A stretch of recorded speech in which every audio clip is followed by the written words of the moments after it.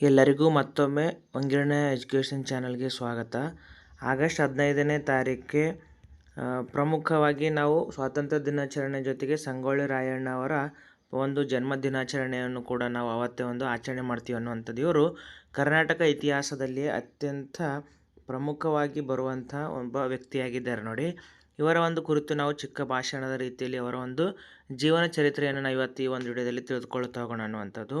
ಕ್ರಾಂತಿವೀರ ಸಂಗೊಳ್ಳಿ ರಾಯಣ್ಣ ಅಮರ ಸ್ವಾತಂತ್ರ್ಯ ಹೋರಾಟಗಾರ ಹಾಗೂ ಕಿತ್ತೂರು ಸಾಮ್ರಾಜ್ಯದ ವೀರ ಸೇನಾನಿ. ನೋಡ್ರಿ, ಈ ಒಂದು ನಾವು ಇವತ್ತಿನ ಒಂದು ಮಾಹಿತಿ ನಾವು ಈ ಒಂದು ಮಾಹಿತಿನ ನಾವು ಭಾಷಣ ರೀತಿಯಲ್ಲಿ ಆದ್ರೂ ಕೂಡ ಮಕ್ಕಳಿಗೆ ಹೇಳ್ಬೋದು, ಅಥವಾ ಒಂದು ಪ್ರಬಂಧ ರೀತಿಯಲ್ಲಿ ಆದ್ರೂ ಕೂಡ ನಾವೇನು ಮಾಡ್ಬೋದು, ಇದನ್ನು ತಿಳ್ಕೊಳ್ಬೋದು ಅನ್ನುವಂಥದ್ದು. ನೋಡಿ, ಪೀಠಿಕೆ: ಭಾರತದ ಸ್ವಾತಂತ್ರ್ಯ ಸಂಗ್ರಾಮದ ಇತಿಹಾಸದಲ್ಲಿ ಕರ್ನಾಟಕದ ಕ್ರಾಂತಿವೀರ ಸಂಗೊಳ್ಳಿ ರಾಯಣ್ಣನವರ ಹೆಸರು ಅಮರವಾಗಿದೆ. ಬ್ರಿಟಿಷ್ ಈಸ್ಟ್ ಇಂಡಿಯಾ ಕಂಪನಿಯ ಅನ್ಯಾಯ ಮತ್ತು ದಬ್ಬಾಳಿಕೆ ವಿರುದ್ಧ ಶಸ್ತ್ರ ಹಿಡಿದು ಕಿತ್ತೂರು ನಾಡಿನ ಸ್ವಾತಂತ್ರ್ಯ ಮತ್ತು ಗೌರವಕ್ಕಾಗಿ ತಮ್ಮ ಪ್ರಾಣವನ್ನೇ ಅರ್ಪಿಸಿದ ಧೀರ ಸೇನಾನಿ ಇವರು.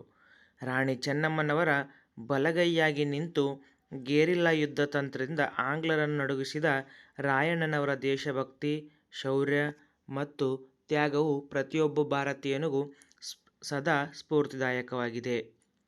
ಇವರ ಒಂದು ಜನನ ಮತ್ತು ಆರಂಭಿಕ ಜನನ: ಸಂಗೊಳ್ಳಿ ರಾಯಣ್ಣ ಅವರು 1798 ಆಗಸ್ಟ್ 15ರಂದು ಬೆಳಗಾವಿ ಜಿಲ್ಲೆಯ ಬೈಲಿಹೊಂಗಲ ತಾಲೂಕಿನ ಸಂಗೊಳ್ಳಿ ಗ್ರಾಮದಲ್ಲಿ ಜನಿಸಿದರು. ತಂದೆ ರೋಗಪ್ಪ ಅಥವಾ ಭರಮಪ್ಪ, ತಾಯಿ ಕೆಂಚಮ್ಮ ಅನ್ನುವಂಥದ್ದು. ಹಿನ್ನೆಲೆ: ರಾಯಣ್ಣನವರ ಕುಟುಂಬವು ಶೌರ್ಯ ಮತ್ತು ದೇಶಭಕ್ತಿಗೆ ಹೆಸರಾಗಿತ್ತು. ರಾಯಣ್ಣ ಕುರುಬಗೌಡ ಸಮುದಾಯಕ್ಕೆ ಸೇರಿದವರಾಗಿದ್ದು, ಬಾಲ್ಯದಿಂದಲೇ ಗರಡಿ ಮನೆಯಲ್ಲಿ ಮಲ್ಲಯುದ್ಧ, ಕತ್ತಿವರಸೆ, ಕುದುರೆ ಸವಾರಿಯಲ್ಲಿ ನುರಿತರಾಗಿದ್ದರು.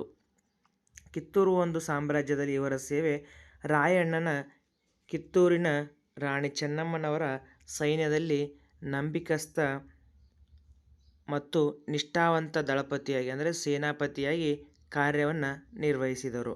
1824ರಲ್ಲಿ ಬ್ರಿಟಿಷರ ವಿರುದ್ಧ ನಡೆದ ಮೊದಲ ಕಿತ್ತೂರು ಯುದ್ಧದಲ್ಲಿ ಚೆನ್ನಮ್ಮನವರ ಪರವಾಗಿ ಹೋರಾಡಿ ಶೌರ್ಯ ಮೆರೆದರು. ಬ್ರಿಟಿಷರು ಕಿತ್ತೂರನ್ನು ವಶಪಡಿಸಿಕೊಂಡು ರಾಣಿ ಚೆನ್ನಮ್ಮನವರನ್ನು ಬಂಧಿಸಿದಾಗ ರಾಯಣ್ಣ ಯುದ್ಧಭೂಮಿಯಿಂದ ತಲೆಮರೆಸಿಕೊಂಡು ರಹಸ್ಯವಾಗಿ ಹೋರಾಟ ಮುಂದುವರೆಸಿದರು. ಗೆರಿಲ್ಲಾ ಅಥವಾ ಗೋರಿಲ್ಲಾ ಯುದ್ಧತಂತ್ರ ಮತ್ತು ಹೋರಾಟದ ಒಂದು ಇತಿಹಾಸ: ಬ್ರಿಟಿಷ್ ಈಸ್ಟ್ ಇಂಡಿಯಾ ಕಂಪನಿಯ ವಿರುದ್ಧ ನೇರ ಯುದ್ಧ ಕಷ್ಟವೆಂದು ಅರಿತ ರಾಯಣ್ಣ ಗೆರಿಲ್ಲಾ ಯುದ್ಧತಂತ್ರವನ್ನು ಕಾಡು ಜನರ ತಂತ್ರ ಅಥವಾ ಮಿಂಚಿನ ದಾಳಿ ಬಳಸಿದರು. ಕಾಡುಗಳಲ್ಲಿ ಅಡಗಿಕೊಂಡು ಸ್ಥಳೀಯ ಯುವಕರನ್ನು ಸಂಘಟಿಸಿ ಸಣ್ಣ ಸೈನ್ಯ ಕಟ್ಟಿದರು. ಬ್ರಿಟಿಷರ ಖಜಾನೆಗಳು, ತಾಲೂಕು ಕಚೇರಿಗಳು ಹಾಗೂ ಬ್ರಿಟಿಷರಿಗೆ ಬೆಂಬಲ ನೀಡುತ್ತಿದ್ದ ಜಮೀನ್ದಾರರ ಮೇಲೆ ದಾಳಿ ಮಾಡಿ ಲೂಟಿ ಮಾಡಿದ ಹಣವನ್ನು ಬಡವರಿಗೆ ಮತ್ತು ಬ್ರಿಟಿಷರ ವಿರುದ್ಧ ಹೋರಾಟಕ್ಕೆ ಬಳಸುತ್ತಿದ್ದರು. ಧೋಖಾ ಮತ್ತು ಬಂಧನ: ನೋಡಿ, ರಾಯಣ್ಣನವರನ್ನು ನೇರವಾಗಿ ಎದುರಿಸಲು ಸಾಧ್ಯವಾಗದ ಬ್ರಿಟಿಷರು ಕುತಂತ್ರ ಹೂಡಿದರು.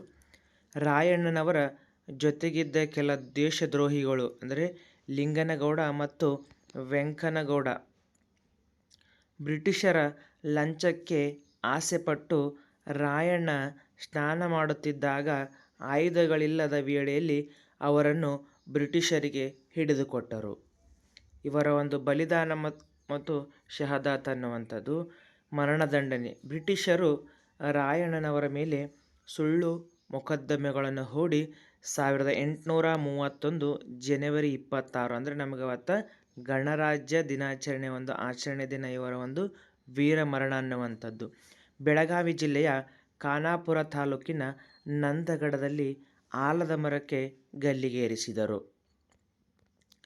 ನನ್ನ ಕೊನೆಯ ಆಸೆ ಎಂದರೆ ನಾನು ಮತ್ತೆ ಈ ದೇಶದಲ್ಲೇ ಹುಟ್ಟಿ ಬ್ರಿಟಿಷರ ವಿರುದ್ಧ ಹೋರಾಡುವುದು. ಅವರ ಒಂದು ಕೊನೆಯ ಆಸೆ ನಾನು ಮತ್ತೆ ಈ ದೇಶದಲ್ಲೇ ಹುಟ್ಟಿ ಬ್ರಿಟಿಷರ ವಿರುದ್ಧ ಹೋರಾಡುವುದನ್ನುವಂಥದ್ದು.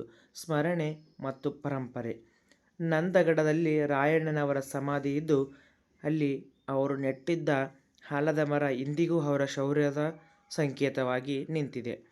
ಬೆಂಗಳೂರಿನ ಮುಖ್ಯ ರೈಲ್ವೆ ನಿಲ್ದಾಣಕ್ಕೆ ಕ್ರಾಂತಿವೀರ ಸಂಗೊಳ್ಳಿ ರಾಯಣ್ಣ ರೈಲ್ವೆ ನಿಲ್ದಾಣ ಎಂದು ಹೆಸರಿಡಲಾಗಿದೆ. ಕರ್ನಾಟಕ ಸರ್ಕಾರವು ಅವರ ಜನ್ಮದಿನ ಮತ್ತು ಬಲಿದಾನದ ದಿನಗಳನ್ನು ಗೌರವಪೂರ್ವಕವಾಗಿ ಆಚರಿಸುತ್ತದೆ.